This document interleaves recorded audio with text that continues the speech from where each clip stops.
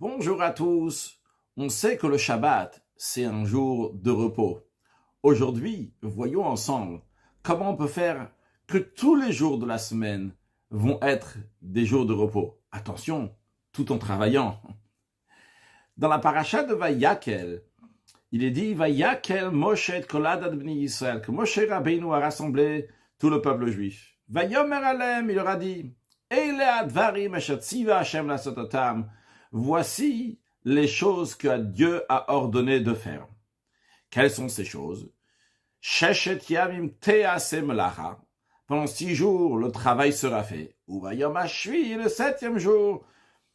Kodesh, ilachem kodesh, ce sera saint. Shabbat shabbaton.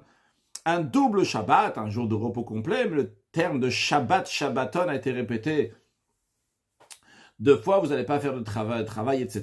Vous n'allez pas allumer du feu. Bechol moshvotechem, dans tous vos demeures. Donc ça, c'est les premiers versets de la paracha de Vayakel. Et suite à cela, nous avons Moshe Rabbeinu qui parle au peuple juif à propos du Mishkan, de la construction du tabernacle, du sanctuaire qu'ils ont construit dans le désert. Le Rabbi dit il y a plusieurs précisions, plusieurs questions, que certaines de ces questions-là demandent aussi les commentaires de la Torah. Premièrement, quelle est l'explication de Vayakel Moshe? L'expression en général qui est employée, c'est Vayomer Moshe, que Moshe a dit, et qui plombe plusieurs endroits comme ça, d'ailleurs dans notre paracha même, juste après quand on parle donc du Mishkan, du tabernacle, là-bas l'expression est Vayomer Moshe. Moshe a dit quand il parle, donc c'est don pour le Mishkan. Mais ici, on dit Vayakel, il a rassemblé. Pourquoi cette expression-là de Vayakel? Deuxième question, Moshe Rabbeinu dit, voici les choses que Dieu vous a ordonné de faire. Mais Moshe Rabbeinu ne dit pas quelles sont les choses que Dieu a ordonné de faire. Alors la majorité des commentaires de la Torah expliquent que cela fait référence à ce qui est expliqué dans la suite, après que Moshe Rabbeinu parle les 6 jours, le travail sera fait, et le 7e jour c'est un Shabbat, un jour de repos. Après, Moshe Rabbeinu dit au peuple juif, donc les dons pour le Mishkan, etc. Mais le Rabbi dit, c'est difficile de dire ça, parce que justement, quand on parle après du Mishkan, du tabernacle, il y a écrit Vayomer Moshe, Moshe a dit. Donc, a priori, Moshe a dit quelque chose d'autre, c'est une autre chose qui va être dit après. Lorsque Moshe Rabbeinu est en train de parler maintenant, il dit Vayakel Moshe, Moshe Rabbeinu, les rassemble, il dit voici ce que Hachem vous a dit de faire. Eh bien, ce qu'il va dire, c'est juste après, c'est les mots qui suivent, c'est ça ce que Hachem a dit de faire. Et qu'est-ce que Moshe Rabbeinu dit? Il dit Sheshet yamim te'aseh melacha. Ubayom hashvi ilachem kodesh shabbat shabbaton, que pendant 6 jours le travail sera fait, et le 7e jour, ça sera un jour de repos complet. Mais un instant, si c'est pour dire ça a déjà été dit avant, dans les 10 commandements. Qu'est-ce qui se renouvelle ici dans la paracha de Vayakel, lorsque Moshe Rabbeinu rassemble le peuple juif et leur dit, voici les choses que Dieu a ordonné de faire? Si c'est juste pour dire le Shabbat a déjà été dit avant. Troisième question, pourquoi ici l'expression, il dit Shabbat, Shabbaton? 2 fois la notion de Shabbat en ce qui concerne le Shabbat. Ok, c'est Shabbat, c'est un jour de repos. C'est quoi Shabbat, Shabbaton? Un double Shabbat. 4e question. Tout d'abord, Rashi, à savoir que Rashi nous dit, de même il est écrit ainsi dans le Talmud, dans le Midrash, dans le Zohar, que Vayakel Moshe, ce rassemblement que Moshe Rabbeinu a fait, c'était le lendemain du jour de Kippour. C'est-à-dire, Moshe Rabbeinu était sur la montagne 40 jours et 40 nuits 3 fois, et la 3e fois, lorsqu'il est revenu avec le pardon pour le peuple juif, c'était le jour de Kippour. Et le lendemain de Kippour, Moshe Rabbeinu a rassemblé le peuple juif. Donc on comprend que le Vayakel Moshe, le fait que Moshe Rabbeinu rassemble le peuple juif, c'est lié avec le jour de Kippour. Kippour du langage de kapara, de pardon. Lorsque Dieu a dit à Moshe Rabbeinu, Salarti kidvarecha, j'ai pardonné comme tu l'as demandé, vu que Moshe Rabbeinu, il est monté la 2e et la 3e fois, 40 jours et 40 nuits, pour avoir le pardon pour la faute du veau d'or. Et le jour de Kippour, en effet, il y a une kapara, il y a un pardon.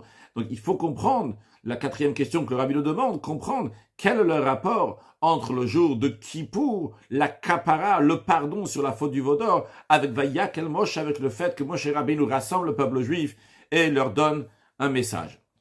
Pour comprendre cela, le Rabbi nous dit, on va comprendre, après mentionner ce que nos sages disent à propos de la précision de ce qui est dit, Sheshet Yamim Te'aseh Melacha. L'expression, elle est que pendant 6 jours, le travail sera fait. Il n'y a pas écrit ta'aseh, t'aseh. Le tav avec un tsere, la voyelle tsere, et le aïn avec la voyelle kamat, qui ressort donc t'aseh. Il n'y a pas écrit 6 jours ta'aseh avec deux patar, un patar sous la voyelle patar sous le tav et aïn, ce qui change tout, parce que quand tu dis ta'aseh, ça veut dire que tu vas faire, c'est-à-dire que tu vas t'y mettre à fond, tu t'investis dans ce que tu es en train de faire.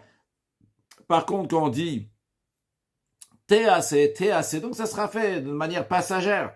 Alors, en effet, dans le Mechilta, donc c'est un midrash, le midrash sur Shemot, là-bas, il dit que, quelle est l'esprit, quelle est la différence si on dit t'aseh ou t'aseh, il dit, c'est si le peuple juif fait la volonté de Dieu, eh bien, le travail sera fait par d'autres personnes. Ça, c'est ce que le midrash dans Mechilta, il dit.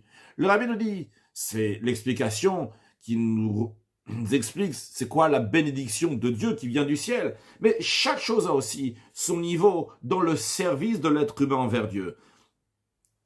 Et qu'est-ce que ça représente le t'aseh dans le service de Dieu? Qu'est-ce que ça représente un juif qui travaille? Mais pas qui travaille, il n'y a pas écrit qui travaille, que le travail est fait dans le service de Dieu. Ça veut dire que un juif, tout son travail et tous ses sujets profanes qu'il fait dans les 6 jours de la semaine, ils sont faits sans qu'il s'y mette à fond dans ça. Il fait le strict nécessaire, il fait les choses comme si les choses sont faites automatiquement.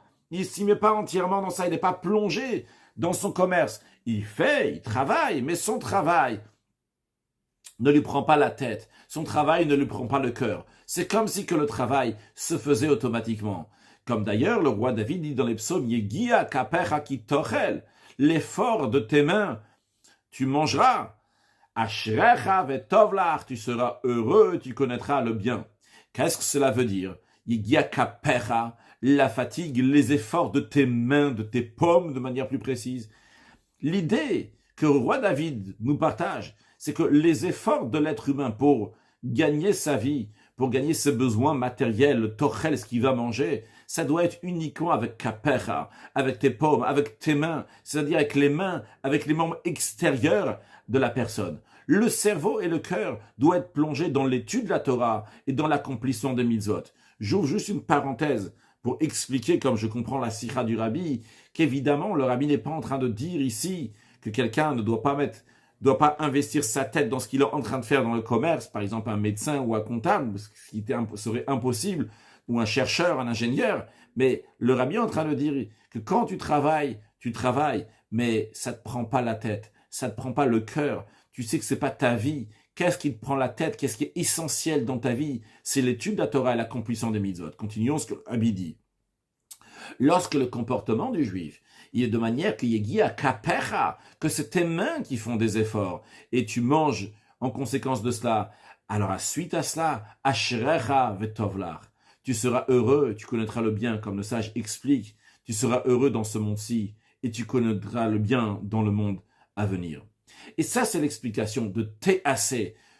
Le travail sera fait, pas tu feras le travail. Ça sera fait derrière Hagav. Au passage, la personne, elle n'est pas plongée dans son commerce avec son cerveau et son cœur. C'est uniquement le Koach Hassi à la force de l'action, sa partie extérieure seulement. Et même cela, cette partie extérieure, elle est utilisée uniquement dans le nécessaire pour travailler, pour faire un réceptacle, pour recevoir la bénédiction de Dieu. Donc, cette première explication de ce que le rabbi dit, t'aseh, ça sera fait, ça veut dire que la personne, elle ne se casse pas la tête. La personne va travailler, va faire tout pour travailler, parce que Dieu veut qu'il va travailler. Mais il sait que c'est pas là-bas où sa tête doit être. Il n'a pas une prise de tête, il n'a pas une prise du cœur et du stress du travail. Mais le travail, il est fait. Il va travailler, mais c'est comme un t'aseh, qui se fait automatiquement. En effet, le rabbi va plus loin, car en vérité, il est écrit que l'Éternel, ton Dieu, va te bénir dans tout ce que tu vas faire. Nous avons ici 2 parties dans ce verset. La première partie qui nous dit que Dieu va te bénir, la deuxième partie qui nous dit dans tout ce que tu vas faire. Eh bien, qu'est-ce qui amène la bénédiction? Qu'est-ce qui amène la parnassa à gagner sa vie? C'est pas notre action, c'est pas ce qu'on va faire. C'est la bénédiction de Dieu qui donne la subsistance. Seulement quoi? La bénédiction de Dieu requiert qu'on va faire un réceptacle naturel. C'est pour cela que Bechol Asher Taseh, on va faire quelque chose. Mais on n'oublie pas que c'est uniquement un récipient, un réceptacle, pour avoir à l'intérieur de ce réceptacle l'essentiel, la bénédiction de Dieu, que elle, la bénédiction de Dieu, donne la parnassa. C'est la raison pour laquelle que la personne va aller travailler, va faire quelque chose, mais uniquement le nécessaire pour faire un réceptacle, c'est-à-dire le cerveau et le cœur, vont pas du tout être imprégnés, plongés dans cela, à chercher des stratagèmes, à chercher toutes sortes d'exploits ou des choses similaires à cela. Et même l'action qui est tout à fait extérieure à la personne, même ça, il va l'utiliser uniquement dans le strict nécessaire. Et si on va plus loin, le rabbi nous dit en vérité, on n'aurait pas eu le droit de travailler, de bouger ou de faire quoi que ce soit dans ce monde-là, parce que ta shamaïm et ta haaretz animal, et Dieu remplit le ciel et la terre, se trouve partout. Et lorsqu'on a le melech malchei amlachim akadosh baruch hu, lorsqu'on a le roi des rois qui se trouvent avec nous, alors par respect à lui, on n'aurait pas eu le droit de bouger, de faire quoi que ce soit, d'aller travailler. Et dans l'esprit de ce que nos sages disent dans le Talmud, que celui qui fait un signe devant le roi, là-bas dans le Talmud, c'est ramené avec quelqu'un qui parlait, deux personnes qui parlaient avec des signes. Il y en avait un donc qui a fait des signes, mais il comprenait pas vraiment ce que l'autre était en train de lui faire les signes. Donc il faisait comme s'il savait parler, donc juste avec la manière de parler avec les signes. Et il savait pas, il n'a pas compris ce que l'autre a voulu dire. Et on l'a tué, la Gemara elle dit. Donc cette idée-là est traduite dans notre contexte en ce qui concerne donc quelqu'un qui est devant Hachem et qui bouge, qui fait même une allusion, qui fait un petit quelque chose, mais c'est mal placé, il n'est pas là, il n'est pas à sa place, parce que devant Dieu, tu n'as pas le droit de faire le moins de signes pour qui tu te prends. Alors on n'aurait pas dû bouger, faire quoi que ce soit. Seulement quoi? La Torah a donné la permission. Elle a dit, fais du travail, bechol asher taseh, je vais t'obéir dans tout ce que tu vas faire. Sheshet yamim ta'avod, 6 jours, tu vas travailler. C'est la raison pour laquelle que on va travailler dans ce qui est nécessaire, mais ce qui est plus que nécessaire pour la bracha d'Hachem. Alors, en plus de ça, que ça montre que la personne, elle manque de conscience que l'essentiel, c'est au berach echavai elokecha, à la bénédiction de Dieu, et comme d'ailleurs on va le discuter un peu plus loin, eh bien, en plus de ça, il y a ici, la personne, elle est marve, quand même mal, elle fait un signe, elle fait une allusion, quelque chose devant le roi, devant Kadosh Baruch, ou alors qu'il ne fallait pas, de quel droit tu bouges, si ne serait-ce uniquement parce que Dieu t'a permis de le faire. Donc ça exprime cette notion-là de travailler parce que Dieu nous a dit de travailler. Est-ce que le rabbi a rajouté encore le point? C'est pas juste ce que derech memei, la personne fait le travail, donc automatiquement sans être plongé dans cela, mais que c'est la personne à la conscience que c'est pas son travail qui est en train de faire les choses, mais c'est Dieu qui est en train d'amener la bénédiction. Lui, juste, il y a un réceptacle pour recevoir la bénédiction de Dieu. Ah, et dans ces cas-là, comment ça se fait? Pourquoi ça s'appelle Yegia? On l'a dit, c'est Yegia Kapecha, les efforts de tes mains. C'est seulement les mains, et la personne, elle est tranquille. Alors, en quoi c'est une Yegia? En quoi c'est une fatigue? En quoi c'est des efforts que la personne, waouh, les Yegia, il met pas son cœur dans son travail. Il fait le travail parce qu'il veut faire le travail, mais il n'est pas stressé de ça. Il n'a pas la tête qui est prise, il n'a pas le cœur qui est prise. Alors, Rabbi dit non, quand même. On sait, c'est connu que quelqu'un qui a affaire, qui s'occupe de quelque chose, qui a une satisfaction, même s'il va mettre beaucoup d'efforts dans ça, il ne va pas se fatiguer, parce qu'il a une satisfaction de ça. Par contre, quelqu'un, il fait quelque chose qui n'a pas de satisfaction, même si c'est une petite chose, eh bien tout de suite, il est fatigué. De la même manière en ce qui nous concerne, le fait que cette personne-là n'a pas de plaisir à faire des choses matérielles, il le fait uniquement parce que Dieu a demandé de le faire, pas juste parce qu'il est obligé de le faire.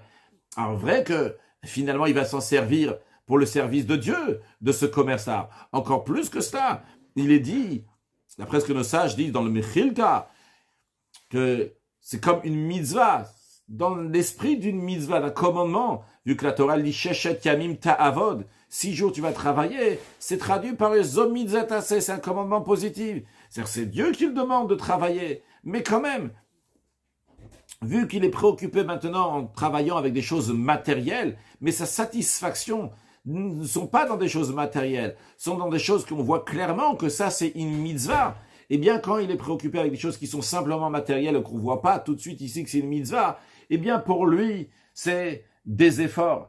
Et vu que c'est des efforts, alors même si c'est un tout petit peu d'efforts, et même si ces efforts-là sont seulement superficiels extérieure à lui, uniquement dans l'action, sans qu'il va investir son cerveau et son cœur, même de manière passagère, mais ça le fatigue énormément parce qu'il ne veut pas cette chose dans elle-même.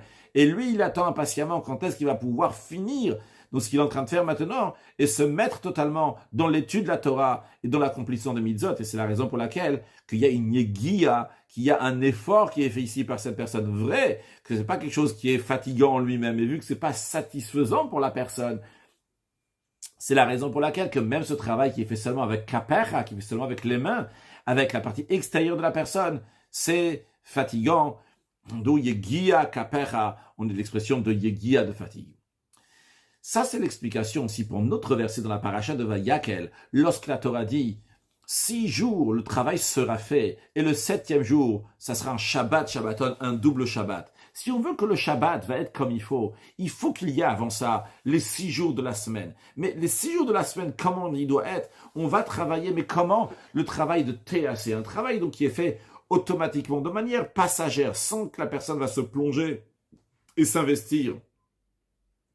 À propos du Shabbat, il est dit qu'un homme doit voir le jour de Shabbat comme si que tout son travail était déjà fait. Si quelqu'un, il est occupé, il est plongé pendant tous les jours de la semaine dans son commerce, dans ses affaires, il est très préoccupé par ça. Lorsque ça arrive le jour de Shabbat, il veut se détacher pour vivre ce jour de Shabbat. Il veut se détacher au moins de son commerce pour pouvoir étudier la Torah, prier, comme il est écrit, l'istakla bikar de malka, voir l'honneur, la gloire du roi, de Dieu, la divinité, le jour de Shabbat. Mais vu que cette personne-là, elle était complètement imprégnée, complètement plongée dans ses affaires, dans son commerce, dans son matériel pendant les 6 jours de la semaine, alors même quand ça arrive Shabbat, et il essaye de décoller, de monter, mais encore, se colle à lui toutes sortes de pensées étrangères au Shabbat, les pensées dans lesquelles il était plongé pendant les jours de la semaine. Encore plus que ça, il y a même des pensées qui n'est pas liées spécialement avec ces pensées-là.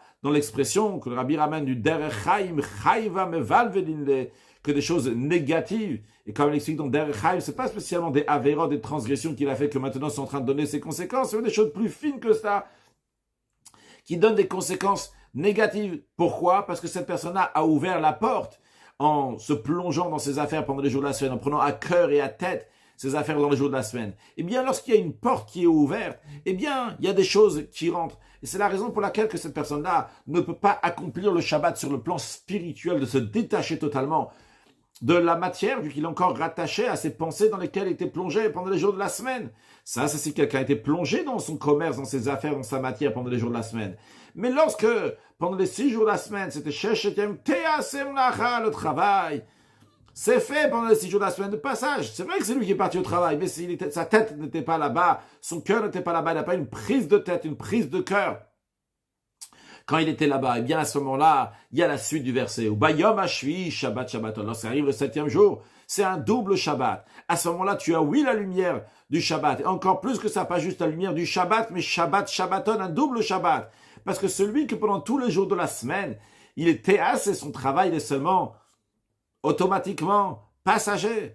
Eh bien, déjà toute sa semaine, il est déjà en Shabbat, en mode de Shabbat pendant tous les jours de la semaine. Lorsque ça arrive le jour de Shabbat, ça se rajoute encore plus de sainteté. Il a un Shabbat, Shabbaton, un double Shabbat. Maintenant, on comprend la réponse à la 3e question qu'on a demandé. Pourquoi la Torah nous dit Shabbat, Shabbaton? Pourquoi cette expression de double Shabbat? Eh bien, la réponse, elle est, si Sheshetiem Teasem Lacha, si pendant 6 jours, le travail a été fait, pendant 6 jours, tu ne t'as pas mis ta tête dans le travail, tu n'as pas mis ta tête dans le commerce, tu n'as pas pris à cœur, tu n'es pas stressé de ça. Donc, pendant toute la semaine, déjà, tu avais un Shabbat. Tu t'es reposé lorsque tu allais au travail. Tu étais confiant en Dieu. Lorsque ça arrive le jour de Shabbat, tu as encore plus de Shabbat. Tu as un Shabbat, Shabbaton. Basé sur ça, on comprend aussi la réponse à la 3e question, à la 2e question qui était qu'est-ce que Moshe Rabbeinu a dit au peuple juif? Il les a tous rassemblés. Il a dit voilà ce que Hachem a ordonné. Et il leur dit 6 jours le travail sera fait, le 7e jour tu vas te reposer. On a dit mais un instant, le jour de Shabbat, la loi de Shabbat a déjà été donnée dans les 10 commandements. Qu'est-ce que Moshe Rabbeinu vient dire ici? Le rabbi dit oui. Moshe Rabbeinu ne parle pas du Mishkan qu'il y a dans la suite. Il est en train de leur parler du Shabbat ici. Mais il n'est pas en train de leur dire ici juste faites le Shabbat. Il est en train de dire les Juifs, vous voulez arriver au Shabbat comme il se doit? Il y a un travail à faire pendant les 6 jours de la semaine. Ça commence pas le jour de Shabbat. ça commence déjà dimanche, le premier jour, et pendant les 6 jours de la semaine. Comment vous allez travailler les 6 jours de la semaine? TAC, le travail sera fait. Si pendant les 6 jours de la semaine, TAC, le travail sera fait, eh bien à ce moment-là, lorsque tu vas arriver Shabbat, tu auras un Shabbat Shabbaton, tu vas voir un Shabbat. C'est comme ça qu'on arrive au jour du Shabbat. C'est ça ce que Moshe Rabbeinu est en train de dire au peuple juif.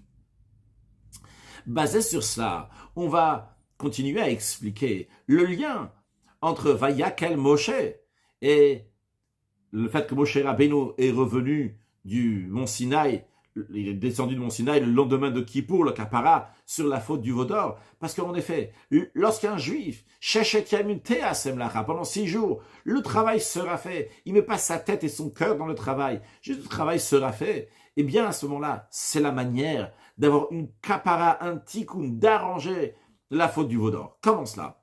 Voyons le fond de la faute du veau d'or, c'est quoi? C'est la faute de l'idolâtrie. Où est-ce qu'elle a commencé la faute de l'idolâtrie? Le Rambam dit que c'est venu parce que Dieu a décidé que le flux divin va venir dans ce monde-là à travers les étoiles, les astres, comme il est écrit,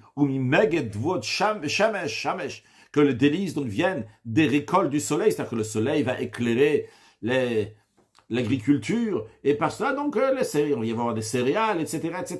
La lune va faire ci et ça. Donc, c'est-à-dire que le flux divin passe à travers le soleil, les astres, les étoiles. Maintenant, ces gens-là, pourquoi ils ont fait l'idolâtrie? Ils ont dit, c'est clair que Dieu, c'est le patron, mais Dieu a nommé d'autres dieux. En vérité, les astres, c'est uniquement des intermédiaires entre Dieu et les humains qui sont ici-bas. Mais eux, ils ont dit, ces intermédiaires-là, eux aussi, c'est des dieux. Il y a le Dieu des dieux et aussi, c'est des dieux. Et en vérité, bien sûr qu'ils sont trompés, parce qu'on n'a pas le droit de servir les astres et les étoiles. Parce que ces astres et ces étoiles sont uniquement comme la hache dans la main du bûcheron. C'est pas la hache qui est en train de faire quelque chose, c'est le bûcheron. C'est pas le soleil et les astres qui font quelque chose. C'est Dieu qui est en train de donner le flux divin à travers les astres, comme le bûcheron agit avec une hache. Mais eux, ces gens-là, pourquoi ils ont fait l'idolâtrie? Parce qu'ils ont donné l'importance à la hache elle-même. Ils ont donné l'importance aux astres et aux étoiles, parce qu'ils ont donné donc l'importance aux intermédiaires. Dans la Chassidoute, c'est expliqué que cette idée-là d'idolâtrie, comment elle a commencé à la base, existe aussi de manière plus fine. Lorsque quelqu'un s'adonne, lorsqu'une personne plonge, se met totalement avec toutes sortes de stratagèmes et de manipulations, de manigances dans ses commerces, eh bien, c'est la Avodazara, c'est l'idolâtrie, Chas v'Shalom, que Dieu en préserve. Pourquoi? Parce que c'est quoi cette idée? Qu'est-ce que cette personne est en train de faire? Elle est en train de donner une importance, une grande valeur à ses affaires, à son commerce, à sa manière de gagner sa vie. Alors que son commerce, sa manière de gagner sa vie, c'est uniquement un intermédiaire. C'est Dieu, il donne la bénédiction. Et la personne en est consciente. C'est Dieu qui va te bénir. Mais quand même, cette personne, elle donne une grande importance à son commerce. C'est la raison pour laquelle il s'investit entièrement. Il met sa tête dans son commerce. Et cette idée-là, de mettre sa tête dans son commerce, dans ses affaires, dans sa manière de gagner sa vie, de manière qui sera entièrement plongée, c'est une manière de se prosterner, de baisser la tête. Et encore plus que ça, c'est encore pire dans un certain sens, parce que baisser la tête matériellement, c'est une chose, mais baisser la tête spirituellement, son intellect, qui lui donne une importance, c'est encore pire. Donc, si on vient à un autre sujet, lorsque quelqu'un, il est sheshet-yaim te'asem lacha, lorsque quelqu'un fait du commerce, mais c'est au passage, donc il n'est pas investi ici. Il n'est pas dans le tas, c'est celui qui est tas, il s'y met à fond. Donc ça, c'est celui qui donne l'importance. Quelqu'un s'y met à fond, c'est quelqu'un qui donne l'importance à l'intermédiaire. C'est une sorte d'avodazara, c'est une sorte d'idolâtrie, de donner l'importance à l'intermédiaire qui lui fait gagner sa vie. Mais lorsque quelqu'un, il est conscient que tous ces intermédiaires sont uniquement comme une hache dans la main du bûcheron, et l'essentiel, c'est la bénédiction de Dieu, et non pas son commerce, non pas ses affaires, non pas sa matière, dans ces cas-là, il n'investit pas sa tête, il n'investit pas son cœur, il ne s'investit pas dans le commerce. Mais TAC, les choses sont faites automatiquement. Au passager, il n'est pas investi là-bas. D'après ça, on va comprendre encore une raison pourquoi on dit que TAC, c'est fait comme si c'est fait automatiquement. Vu que la personne, il a une évidence dans sa tête, c'est pas son commerce qui lui amène la parnassa. C'est pas comme ça qu'il va gagner sa subsistance. c'est uniquement à travers ça qu'il gagne sa subsistance, que Dieu, il a décidé que ça va passer par là. Mais l'essentiel, c'est Dieu qui va te bénir. Et donc, automatiquement, ça va passer par le keli, le réceptacle que tu vas faire. Alors, basé sur ça, donc le rabbi nous répond à la 4e question. On n'a pas encore répondu à la première question, ça va répondre plus tard. Ça répond à la 3e question. Quel est le rapport Vayakel Moshe, que Moshe Rabbeinu rassemble le peuple juif avec le lendemain de Kippour, qui est là pour une kapara expier la faute du veau d'or. Moshe Rabbeinu dit aux juifs, vous savez comment on va arranger la faute du veau d'or? Vous savez comment on va arranger la faute de donner l'importance à l'idolâtrie, la faute de donner l'importance aux intermédiaires? C'est lorsqu'on va travailler 6 jours. Mais de quelle manière? De manière de théas et de manière que ça va être fait automatiquement. Non pas qu'on va s'investir dans ça. On va réaliser que le commerce, c'est uniquement un moyen pour recevoir la bénédiction de Dieu, mais c'est pas un but en soi, c'est pas important en soi. On va pas mettre la tête et le cœur dans le commerce. Et bien par cela, on va arranger la faute du veau d'or. Avant de répondre à la première question, pourquoi l'expression de Vayakel Moshe et non pas l'expression de Vayomer Moshe, le rabbi nous explique qu'est-ce que représente de manière encore plus fine cette notion-là, qui est Yegia B'derech Memel. On a vu donc Yegia qui veut dire des efforts, mais des efforts qui sont B'derech Memel automatiquement. Quelqu'un, il va travailler, ça va être un effort, c'est très fatigant pour lui, parce qu'il n'a pas envie de le faire, il préfère faire des choses qui sont directement de Torah ou Mitzvot, mais il fait B'derech Memel, il le fait automatiquement sans qu'il soit investi sa tête et son cœur dans cela. Eh bien, cette notion-là, elle existe aussi à un niveau spirituel, non pas avec des choses matérielles, mais dans le service de Dieu. Et dans ce comportement-là aussi, on va voir comment il y a de quoi arranger la faute du veau d'or. Qu'est-ce que cela veut dire? La Mishnah nous enseigne, ne soyez pas comme des serviteurs qui servent leur maître pour avoir une récompense, mais plutôt, soyez comme des serviteurs qui servent leur maître, pas pour recevoir une récompense. Sur le plan spirituel, qu'est-ce que ça veut dire quelqu'un qui sert Dieu pour avoir une récompense? On ne parle pas de récompense matérielle, on parle de quelqu'un qui sert Dieu, il étudie la Torah, il accomplit les mitzvot, et sa récompense, c'est qu'il réalise, c'est extraordinaire, c'est tellement doux, c'est tellement agréable d'étudier la Torah, d'accomplir les mitzvot.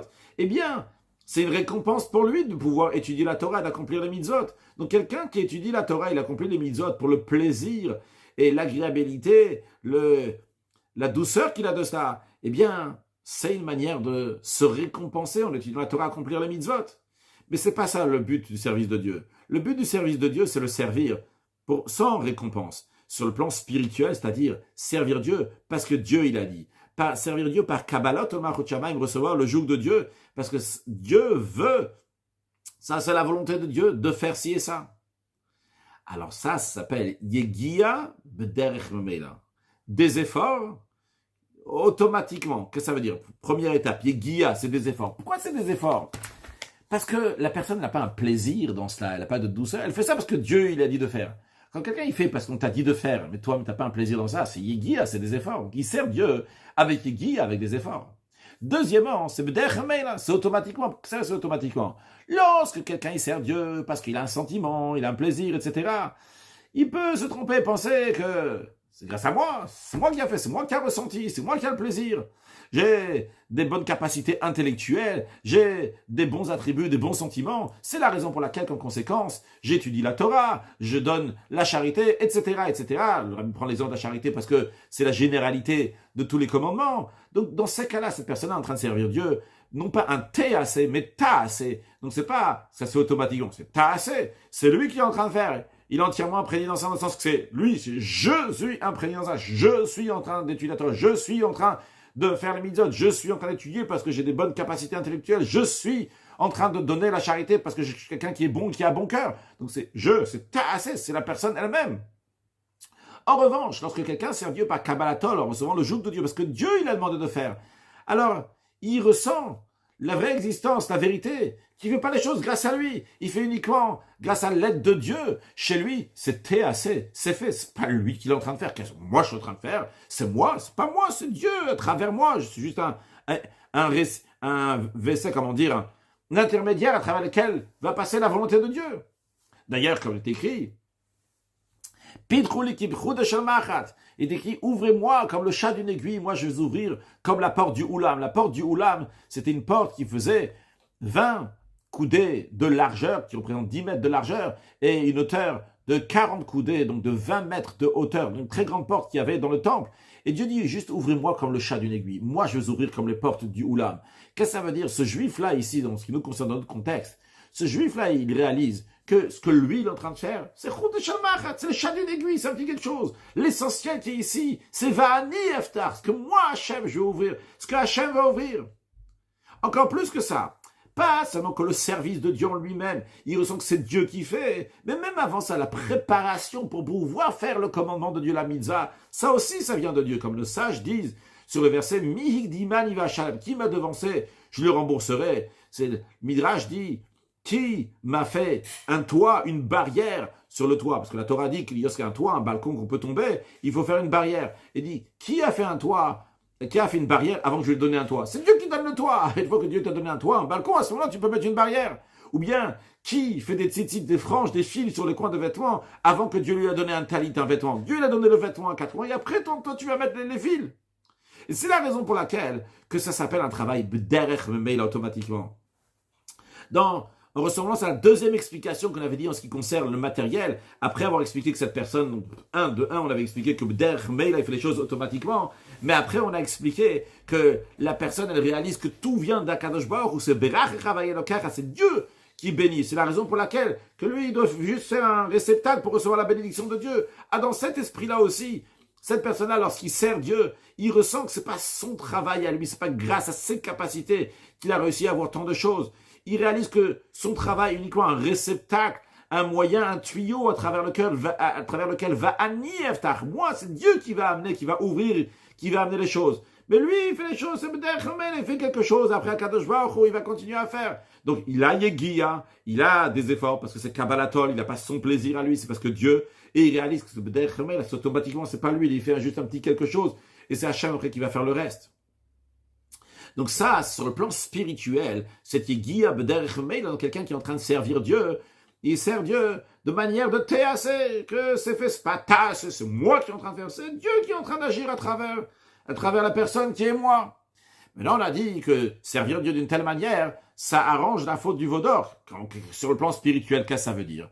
Eh bien, le rabbi nous dit, tout d'abord, à savoir que la faute du vaudor, c'est la même notion que la faute de l'arbre de la connaissance. Comme le sage dit, qu'au moment de la faute de l'arbre de la connaissance, il y a une impureté qui est venue dans le monde. Et au moment de Matan Torah, du don de la Torah, cette impureté s'est arrêtée. Et au moment que les Juifs ont fait la faute du vaudor, cette impureté est revenue. Alors voyons, c'était quoi la faute de l'arbre de la connaissance? Eh bien, dans Chassidut, c'est expliqué que la faute de l'arbre de la connaissance, c'était le sentiment de soi, se ressentir à soi-même. Qu'est-ce que je veux, qu'est-ce que j'aime? Comme il est écrit, la femme, Chava, Ève, elle a vu que l'arbre était bon pour manger et que c'était ta'ava ou la'enaim, c'était un plaisir pour les yeux. C'est quoi? C'est-à-dire qu'elle a eu un plaisir de quelque chose. Elle a vu que ça c'était agréable, c'était beau. Ça veut dire c'est beau, c'est agréable, c'est que je ressens moi-même ce que je cherche, ce que je désire. Alors comment on arrange cette faute-là de l'arbre de la connaissance qui vient par le propre désir, par la propre existence de la personne, par l'ego entre guillemets de la personne? Eh bien on arrange ça par Yegia B'derech Meila. Lorsqu'on va servir Dieu avec des efforts, avec Kabbalatol, et réaliser donc nous on fait ce que Dieu nous a demandé de faire à travers nous, la chose se fait. À la place d'un sentiment personnel, il faut qu'il y ait Yegia, qu'il va y avoir des efforts. Kabbalatol, c'est pas toi ici, c'est Dieu qu'il faut mettre en avant. Et à la place de penser que c'est ma force qui fait toute cette réussite, qui m'amène tout ça, c'est Dieu qui amène, c'est pas moi. Basé sur tout cela, on va comprendre la réponse à la première question. Pourquoi il y a écrit Vayakel Moshe, que Vayakel et non pas Vayom, l'expression de Vayakel qui veut dire qu'il a rassemblé. Eh bien, l'explication est la suivante. On est le lendemain de Kippour. Et on vient d'expliquer maintenant la faute du vaudor. La faute du vaudor qui a ramené l'impureté de la faute de l'arbre de la connaissance. Il fallait maintenant que le monde va revenir comme il était avant la faute de l'arbre de la connaissance. Lorsque Dieu a créé le monde, Olam al-Milo Nivra, le monde a été créé à sa perfection. Et le but de ce monde-là, il est que Goy Echad Ba'aretz, un peuple unique sur cette terre, mais aussi dans le sens de unique, un peuple qui amène le Dieu unique sur cette terre, que ce monde-là va devenir un reshut ayachid, un domaine privé, un domaine pour le privé, un domaine pour l'unique, un domaine pour Dieu, qui est uni, que ce monde-là va devenir une demeure pour Dieu à travers les choses matérielles, une demeure pour l'essence de Dieu. Et pour cela, il y a besoin, Vayakel Moshe, que Moshe va rassembler. 2 points. Il y a ce rassemblement qu'on va expliquer dans un instant, et que ça soit fait par Moshe. Moshe Rabbeinu a tout rassemblé à la vraie unité, à l'unité de Dieu. Quand on dit tout, les choses du monde se partagent en 3. Il y a le Olam, Shana, Nefesh. Le monde, l'espace donc. Deuxièmement, Shana, l'année, c'est-à-dire le temps. Et troisièmement, Nefesh, l'âme. Dans ce verset-là que Moshe Rabbeinu dit au début de la paracha de Vayakel, on nous parle de ces 3 choses-là. Où nous avons Ele Advarim. Voici les choses que Dieu a ordonnées. Comme le sage explique que Ele Advarim, que Moshe Rabbeinu leur dit, ces choses-là, c'est les 39 travaux qui sont interdits pendant Shabbat. Donc 39 travaux qui représentent toute la notion des sujets de ce monde-là. On nous parle aussi de Bechol Moshvotechem, dans tous vos lieux de résidence. Donc tout l'espace est là, l'endroit est là, le makom, le olam, le monde se trouve ici. Puis nous avons aussi donc Kol Hadad Bnei Yisrael, c'est tout le peuple juif qui se trouve ici, donc tous les nefesh, tous les âmes se trouvent ici. Et nous avons aussi le 3e point, donc le zman, le temps, Sheshet Yamim Te'asem Lacha Bayom Hashvi, Shabbat Shabbaton, que le travail va être fait pendant 6 jours, et le 7e jour, ça sera Shabbat. Donc nous avons toute la notion du temps. Donc nous avons la notion du temps, de l'espace, et des âmes de tout le peuple juif qui sont réunis. Donc ça, c'est le 1er point. Moshe Rabbeinu a tout rassemblé à la hardout, qu'on va pas voir de piroud, on va pas voir du rabbim, qui vient beaucoup de choses. Il y a un seul, c'est Hachem, tout est rattaché chez Hachem. Et qui est-ce qui est en train de faire, qui est-ce qui fait ce vayakel? C'est Moshe Rabbeinu. Parce que Moshe a cette force. Comme c'est expliqué dans Torah Or, basé sur les Mekoubalim et le Harizal, il explique que Moshe Rabbeinu vient de Shemitah Rishona. Shemitah, qui veut dire donc 7 ans. C'est expliqué dans la Kabbale qu'avant ce monde-là, il a 7 ans. Quand on dit il a 7 ans, c'est-à-dire qu'il y a 6000 ans plus 1000 ans, il y avait aussi un monde avant ça qui était aussi une Shemitah. Attention, il ne s'agit pas d'une Shemitah matérielle. Il n'y avait pas un monde matériel avant ce monde matériel.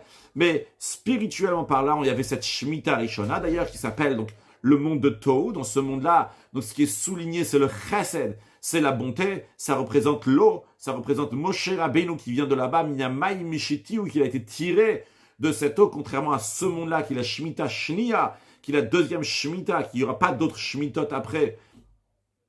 Et que ce monde-là, donc c'est le monde de Tikkun, c'est le monde dans lequel on arrange les choses. Et dans ce monde-là, il peut y avoir donc des choses qui sont difficiles et dures, etc., comme le déluge. Bon, c'est pas le contexte que le Rabbi explique ici, mais c'est ce qui est expliqué dans Torah Or que le Rabbi nous ramène là. Eh bien, Moshe Rabbeinu vient de cette première Shemitah qui représente au-delà de l'enchaînement du monde. Là-bas s'exprime le vrai bitul, l'annulation à Dieu. Et c'est pour ça que Moshe Rabbeinu, lui, il a cette force de rassembler toutes les choses qu'il y a dans le monde à la vraie union de Dieu.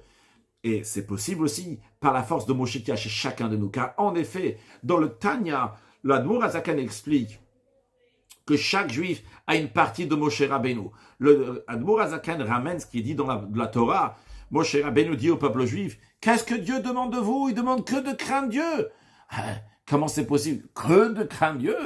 Comme si c'est pas grand-chose. Alors la Gemara demande la question. Et elle dit oui, pour Moshe Rabbeinu c'est facile. Mais l'Admour Azakan dit, mais Moshe Rabbeinu, on parle à tout le peuple juif. Eh bien l'Admour Azakan explique, oui, on parle au Moshe Rabbeinu qui est dans chaque juif. Chacun de nous a une partie de Moshe Rabbeinu. Par rapport à cette force-là de Moshe Rabbeinu, on a cette force de crainte de Dieu. Dans notre contexte à nous, le Rabbi nous ramène ça pour nous dire que chacun de nous a aussi cette force de Moshe Rabbeinu pour rassembler tous les sujets de ce monde-là et les ramener à la Ardutamit, à la vraie union, que tous on va voir, que tous est lié avec Dieu. Et par ce travail-là se concrétise le but de l'intention de la création du monde, que le monde redevient comme avant la faute, que Olam al-Milou nivra, que le monde a été créé à sa perfection, et la perfection de ça va se dévoiler dans les temps futurs, et comme le sage disent, que Samar Shabbat l'imlechet ha-Mishkan, que la Torah dans Vayakel, elle parle d'abord donc de Shabbat, et juste après elle parle du Mishkan, du tabernacle. Alors, dans le contexte de ce que nos sages disent, c'est pour nous dire que les 39 travaux qui sont interdits Shabbat, c'est ceux qu'il y avait dans le Mishkan, dans le tabernacle. Mais ici, dans notre contexte, c'est parce que par le travail donc de ce Shabbat que nous avons expliqué dans cette sikha, eh bien par cela, nous allons avoir le Mishkan, le 3e temple reconstruit, Bimheira Beyameinu, très prochainement. Donc dans cette sikha, encore une des sikhot fondamentales du Rabbi, le Rabbi nous apprend comment regarder le monde. C'est très important. Il faut tout unir à Hachem, tout amener à Hachem. Il ne faut pas se prendre la tête dans le sujet du monde. Toute la semaine, tu es en Shabbat. Même quand tu travailles, tu es en mode de Shabbat. Tu es tranquille. Tu sais que c'est Kadosh Baruch, c'est la bénédiction de Dieu qui va venir. Et à ce moment-là, tu ne fais pas la faute du veau d'or, mais au contraire, tu es toujours uni avec Hachem. Donc tout ce que tu fais dans le temps, dans l'espace, dans l'âme, et on va tout réunir, toutes nos forces à nous. Et par cela, amener Mashiach now. Une excellente journée.